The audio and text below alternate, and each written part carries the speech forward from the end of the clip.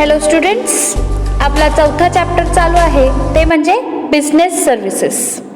तर लास्ट लेक्चरमध्ये आपण काय केलं आहे त्याचा आपण एक छोटासा प्रिव्ह्यू बघूया.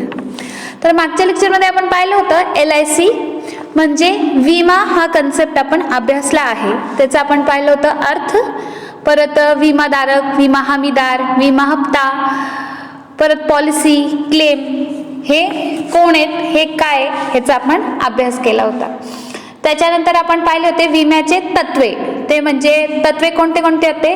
परमोच्च विश्वासाचे तत्व, विमा हिताचे तत्व, नुकसान भरपाईचे तत्व, प्रयत्नशील अधीनतेचे तत्व, योगदानाचे तत्व, नुकसान कमी करण्याचे तत्व, सर्वसाधारण कारण तत्वे म्हणजे निकटतम तत्व, हे सगळे तत्व पाहिले होते.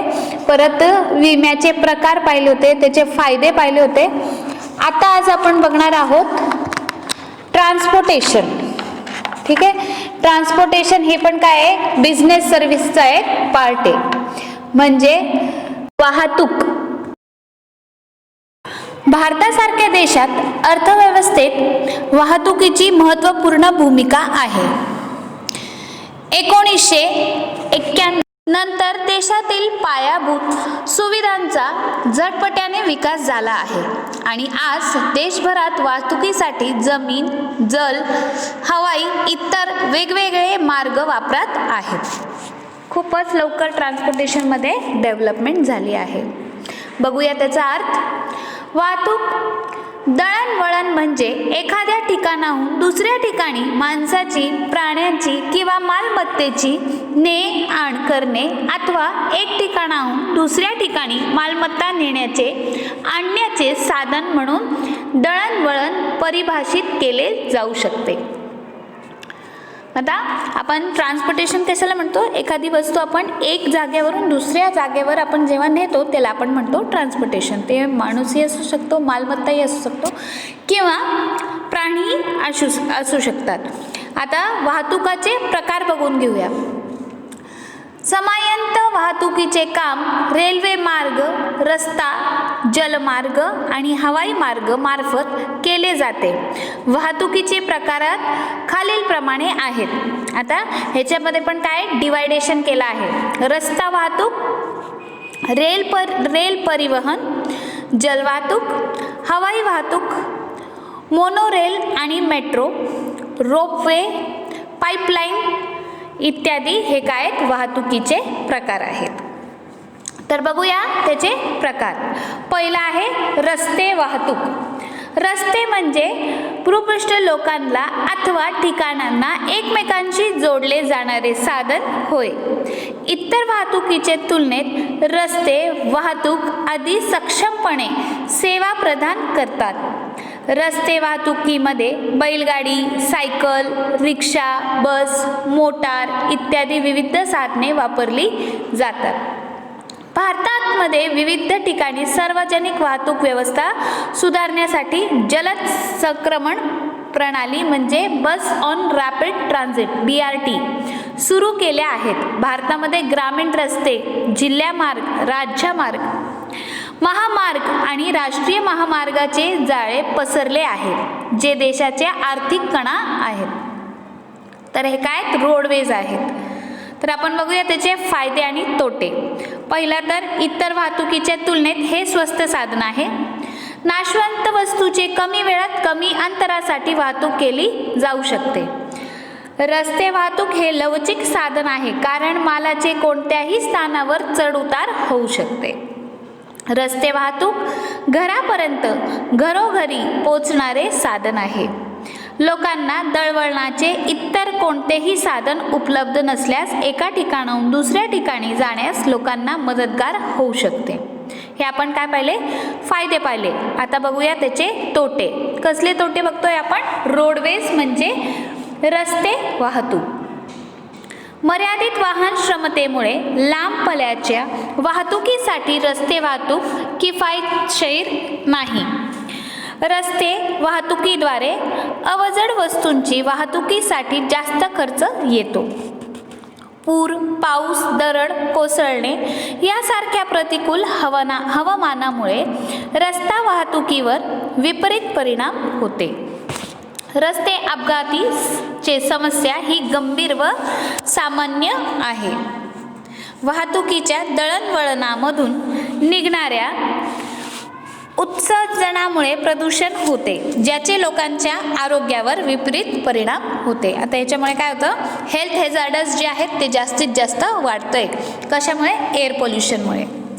तर बघूया दुसरा प्रकार, ते म्हणजे रेल्वे वाहतूक.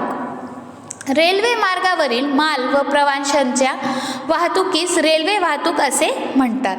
आपल्या देशामध्ये भूवाहतूक व्यवस्थेमध्ये रेल्वे वाहतुकीचे एक महत्त्वपूर्ण स्थान आहे आणि लांब पल्ल्याच्या वस्तू आणि प्रवासी वाहतुकीसाठी रेल्वे वाहतूक हा विश्वासार्ह प्रकार आहे. भारतामध्ये रेल्वे मंत्रालय देश भारतातील रेल्वे वाहतुकीच्या विकासासाठी लक्ष देते. भारतीय रेल्वे विविध प्रकारच्या गाड्या जसे प्रवासी गाड्या, मेल, एक्सप्रेस आणि मालवाहू गाड्या चालविते. काही लोकप्रिय गाड्या म्हणजे राजधानी एक्सप्रेस, दुरंतो एक्सप्रेस, शताब्दी एक्सप्रेस, परत इंटरसिटी एक्सप्रेस आणि सुट्टीकालीन गाड्या म्हणजे हॉलिडे. देशांतर्गत पर्यटनाला चालना देण्यासाठी भारत रेल्वे काही विशेष गाड्या चालविते, जसे की palace on wheel, Rajasthan Deccan Odyssey, that is Deccan Odyssey Maharashtra, Maharaja Express इत्यादी. तर हे काय आहेत, आपल्याला एक्झाम्पल्स दिलेत रेल्वेचे प्रकारचे. तर बघूया ह्याचे पण फायदे व तोटे. पहिला, लांब पल्ल्याच्या प्रवासासाठी हा सोयीस्कर साधन प्रकार आहे. तर हे जेव्हा आपल्याला खूप लांब प्रवास करायचा असेल तर रेल्वे हा अगदी सोयीस्कर प्रवास होतो. दुसरा म्हणजे भारी आणि अवजड वस्तू मोठ्या प्रमाणात वाहन नेण्यासाठी हे वाहतुकीचे उपयुक्त साधन आहे. तिसरा, रस्ता वाहतुकीच्या तुलनेत वाहतुकीची वेग जास्तीत जास्त असते. प्रतिकूल हवामानाचा या साधनावर विपरीत परिणाम होत नाही. खूप इम्पॉर्टंट पॉईंट दॅट ह्याचा विपरीत परिणाम होत नाही. सदर वाहतुकीमध्ये वाहतुकीची सुरक्षा आणि सुरक्षितता सुनिश्चित होते. हे काय पाहिले आपण, फायदे पाहिले. बघूया याचे तोटे. वस्तू व मालांची आणि प्रवाशांचे कमी अंतरावर वाहतुकीसाठी हे तुलनेने महान साधन आहे. रेल्वे वाहतूक देशाचे दुर्गम भागात उपलब्ध नाही. जे अंडर डेव्हलप्ड कंट्रीज आहेत अंडर डेव्हलपमेंट जे आहेत विलेजेस वगैरे त्याच्यामध्ये ही सोय नाही आहे. तर रेल्वे वाहतुकीस अपघात झाल्यास मोठ्या प्रमाणावर जीवनहानी आणि वित्तहानी होऊ शकते. रेल्वे गाड्या निश्चित वेळापत्रकानुसार धावत असलेल्या कारणाने वेळेची लवचिकता दिसून येत नाही. रेल्वे सेवा घरापर्यंत किंवा सेवा देऊ शकत नाही. होम सर्व्हिस रेल्वे देऊ शकते का? अजिबात नाही. तर बघूया आपण आपला तिसरा प्रकार, ते म्हणजे हवाई वाहतूक. हवाई वाहतुकीमध्ये विविध वाहतूक साधने जसे की प्रवासी विमान, मालवाहू विमान, हेलिकॉप्टर वापरून समान व प्रवासी हवाई मार्गाद्वारे ने-आण केली जाते. या वाहतुकीचा एक वेगवान प्रकार असून देखील घराजवळ सेवा देऊ शकत नाही. तर आपला तिसरा पॉइंट आहे हवाई वाहतूक. हवाई वाहतूकमध्ये विविध वाहतूक साधने जसे की प्रवासी विमान, मालवाहू विमान, हेलिकॉप्टर वापरून सामान व प्रवाशांची हवाई मार्गाद्वारे ने-आण केली जाते. हा वाहतुकीचा एक वेगवान प्रकार असून देखील घराजवळ सेवा देऊ शकत नाही. टेकडी किंवा डोंगराळ प्रदेशात जेथे इतर प्रकारचे वाहतुकीचे मार्ग उपलब्ध नाही तेथे हवाई वाहतूक महत्त्वपूर्ण आणि सोयीस्कर वाहतूक साधन आहे. ठीक आहे. हे काय, कोणतं मीन्स ऑफ ट्रान्सपोर्ट आहे? एअरवेज. तर बघूया ह्याचे फायदे. सर्व वाहतुकीचे प्रकारमधील हे सर्व वेगवान साधन आहे. सेकंड, युद्ध किंवा आपत्कालीन परिस्थितीत हवाई वाहतूक महत्त्वाची भूमिका बजावते, कारण बचावाच्या उद्देशाने किंवा प्रभावित भागात त्वरित सेवा देण्यासाठी हे उपयुक्त साधन आहे. हवाई वाहतूकमध्ये नैसर्गिक मार्गाचा अवलंब होत असल्याने रस्ते किंवा लोहमार्गासारखे बांधकाम आवश्यक नाही. रस्ते वाहतुकीचे तुलनेत हे कमी प्रदूषणकारी आहे. इतर वाहतुकीचे साधने उपलब्ध नसल्याने ठिकाणी हे उपयुक्त साधन आहे. म्हणजे जसे आपल्याला अब्रॉड ट्रॅव्हल करायचं असेल तर आपण कोणता मार्ग यूज करणार? एअरवेजचा. तर हे काय करतो, आपल्या कमी टाईममध्ये आपल्याला ते अब्रॉडला आपण पोहोचू शकतो एअरवेजच्या द्वारे. आता त्याचे तोटे कोणते कोणते ते बघूया. वाहतुकीचे अत्यंत खर्चिक साधन आहे. हे खूप एक्सपेन्सिव्ह मीन्स ऑफ ट्रान्सपोर्टेशन आहे. म्हणजे हे सगळेजण ह्याला यूज करू शकत नाही. हा खूप मोठा डिसएडव्हान्टेज आहे. प्रतिकूल हवामानाचा परिणाम ह्याच्या प्राचीनावर होऊ शकतो. हे वाहतूक साधन कमी अंतरासाठी उपयोग नाही. It is not suitable for the less distance. यासाठी विमानतळ, हेलिपॅड, नियंत्रण कक्ष इत्यादींचे बांधकाम आवश्यक आहे, ज्यासाठी अधिकची निधी खर्च करावा लागतो. काही देशांच्या विमानांना इतर देशांमध्ये उडाणास परवानगी नसल्यामुळे हे क्षेत्र हवाई वाहतूक आंतरराष्ट्रीय निर्बंधाच्या अधीन आहे. तर आपण पाहिले याचे एअरवेजचे ॲडव्हान्टेजेस आणि डिसॲडव्हान्टेजेस. तर भारतामध्ये नागरी उड्डाण मंत्रालय देशभरामधील हवाई वाहतुकीचा विकास करते आणि नगर विमानन महानिर्देश दॅट इज DGCA हे भारतामधील विमान नियंत्रण, विमान चालन, अपघात आणि घटनांचा शोध यावर देखरेख करते आणि नियमन व सक्रिय सुरक्षा यंत्रणांद्वारे सुरक्षित व कार्यक्षम हवाई वाहतुकीस चालना देते. तर बघूया आपला नेक्स्ट ट्रान्सपोर्टेशन म्हणजे जलवाहतूक. जलवाहतूक म्हणजे बोट, जहाजे इत्यादींचे वापर करून जलमार्गावर वस्तू, सामान आणि प्रवाशांची वेगवेगळ्या ठिकाणी देशांतर्गत आणि देशाबाहेर देखील वाहतूक करणे होय. जेव्हा वस्तूंच्या अथवा मालाची आणि प्रवाशांची देशांतर्गत ने आण होत असते तेव्हा आंतरदेशीय जलवाहतूक म्हणून संबोधतात. जेव्हा महासागर अथवा समुद्र मार्गाचा उपयोग हा मालाची आणि प्रवाशांची वाहतूक करण्याची होते तेव्हा त्यास समुद्र वाहतूक म्हणून ओळखले जाते. तर बघूया ह्याचे फायदे. अवजड वस्तूंची वाहतुकीसाठी तुलनात्मक दृष्टी स्वस्त साधन आहे. अपघात होणाऱ्या घटनांसंदर्भात सुरक्षित साधन आहे. आंतरराष्ट्रीय व्यापारास चालना देण्यास मदत होते. It is very important for the trade, import and exports. बघूया ह्याचे तोटे म्हणजे डिसएडव्हान्टेज. ह्याचा घरापर्यंत उपलब्धता नसते. प्रतिकूल हवामानाचा हव्यावर मोठा परिणाम होतो. रस्ते आणि लोहमार्गाचा तुलनेने धीमी वाहतूक असते. तर हे काय पाहिले आपण, त्याचे फायदे आणि तोटे. बघूया आपला next point that is monorail आणि मेट्रो. शहरी भागात जलद संक्रमण प्रणालीचे हे प्रकार आहेत. हा प्रकारच्या वाहतुकीत कमी ऊर्जा आणि कमी प्रदूषण उत्सर्जित होते. मोनोरेल अशा प्रकारची असते की ज्यामध्ये एकच मार्गावर एकल रेल असते. प्रवासाच्या दृष्टिकोनातून विचार केल्यास इतर वाहतुकीचे साधनांच्या तुलनेत बरेच फायदे असतात, जसे की कमी छेडणारी वळणे, वाहतुकीचे कोंडी नसणे, टक्कर होण्याची समस्या नसणे इत्यादी. For example Mumbai monorail. तर बघूया आपला next point that is ropeway.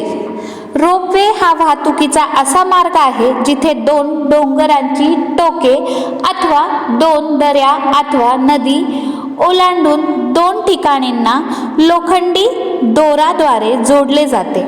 Ropeway वाहतूक ट्रॉली लोखंडी दोरावर जोडलेल्या चाकांवरून फिरतात आणि प्रवासी व मालांची वाहतूक करण्यास वापरतात. फॉर एक्झाम्पल, रायगड किल्ला, रोपवे, श्रीनगरमधील सोनमार्ग येथील रोपवे.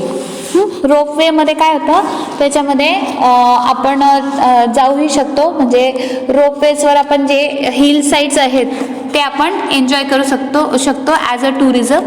परत मालाची आपण एक्सपोर्ट इम्पोर्ट पण करू शकतो रोपवेद्वारा. ठीक आहे, तर हे कन्सेप्ट तुम्हाला कळलंच असेल. बघूया आपला नेक्स्ट कन्सेप्ट.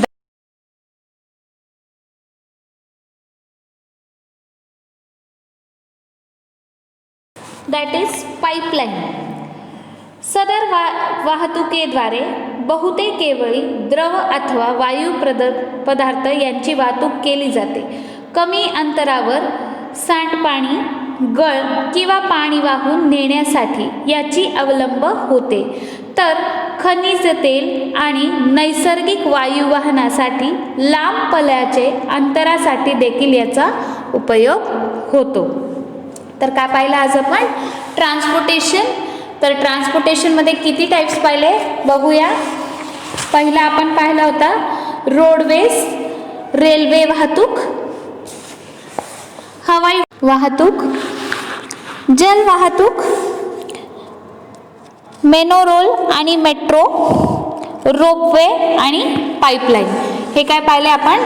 सगळे जे ट्रान्सपोर्टेशनमध्ये जे घटक येतात त्याचे घटकचे आपण त्याचे फायदे व तोटे ते पण पाहिले.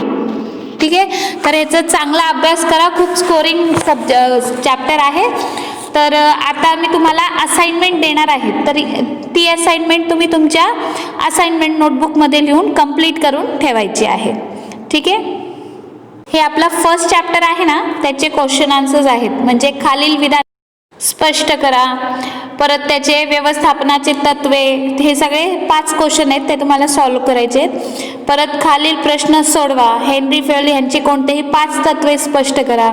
शास्त्रीय व्यवस्थापनाचे विविध तंत्राचे वर्णन करा. शास्त्रीय व्यवस्थापनाचे तत्वे सांगा. व्यवस्थापनाचे तत्वे स्वरूप सांगा. तर हे काय आपला असाइनमेंट आहे. हे असाइनमेंट आपण आपल्या असाइनमेंट बुकमध्ये लिहिणार आहोत as a first assignment, assignment number 1. तर पुढच्या व्हिडिओमध्ये मी तुम्हाला अजून असाइनमेंट देणार आहे. तर तुमची ही बुक्स तुमच्याकडे कंप्लीट राहू द्या. मी तुम्हाला कधीही असाइनमेंटची मार्क करू शकते. तर तुम्ही तुमचा असाइनमेंट कंप्लीट ठेवा आणि तुमचा अभ्यास मेन म्हणजे चालू ठेवा. सगळे हेड पॉईंट्स लक्षात राहू द्या. So students, thank you so much.